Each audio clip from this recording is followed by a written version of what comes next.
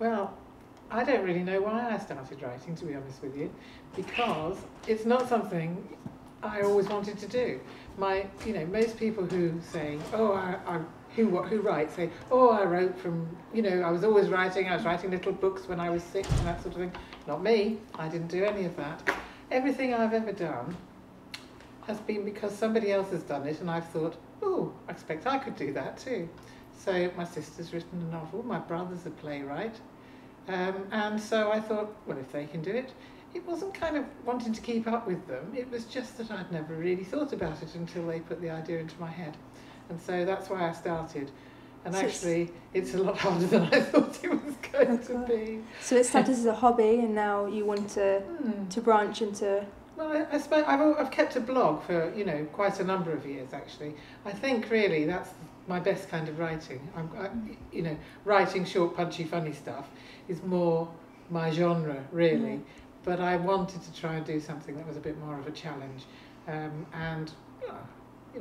It's getting there. For my novel, I'm writing, it's chick lit with a psychological thriller edge to it. So I tend to gravitate towards murder. I don't know why, really, because I've led a very, lucky life, and I haven't ever come across anything particularly nasty in my life. But I like reading that kind of book, I suppose. Can you give us a little teaser? What's your book about? Well, it's about 3 women who are unhappily married and decide to leave their husbands en masse and sort of form a kind of commune, mutually supportive situation. Meanwhile, the 3 husbands are kind of left in a bit of shock. One of them might want revenge. Maybe. Who knows?